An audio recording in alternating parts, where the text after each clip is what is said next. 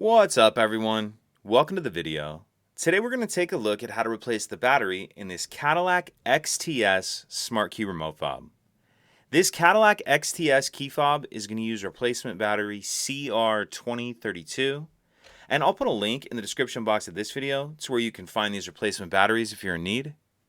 The other thing I'm going to be using to change this key fob battery is a small flathead screwdriver.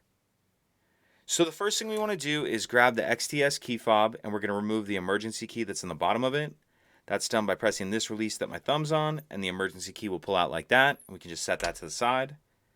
Now if we grab our screwdriver and we hold the key fob with the buttons facing down, and we take a look at the bottom of it and kind of off to the side, this is the slot that emergency key slid out of. What I'm going to do is put the end of my screwdriver in that slot and just pry up just a little bit until it starts this case apart right here.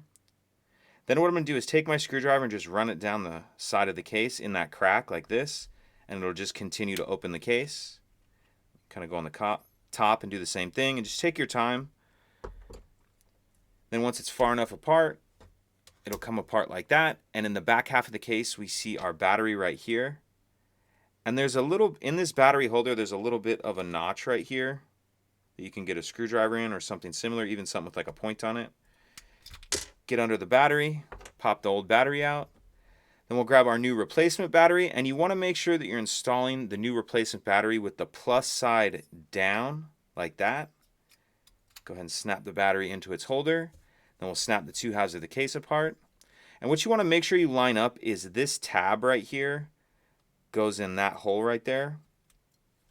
So just make sure that you have that lined up, and then go ahead, and once that's lined up, go ahead and snap it together. Make sure the case is all the way snapped back together, and then we can slide our emergency key back in. And that's it.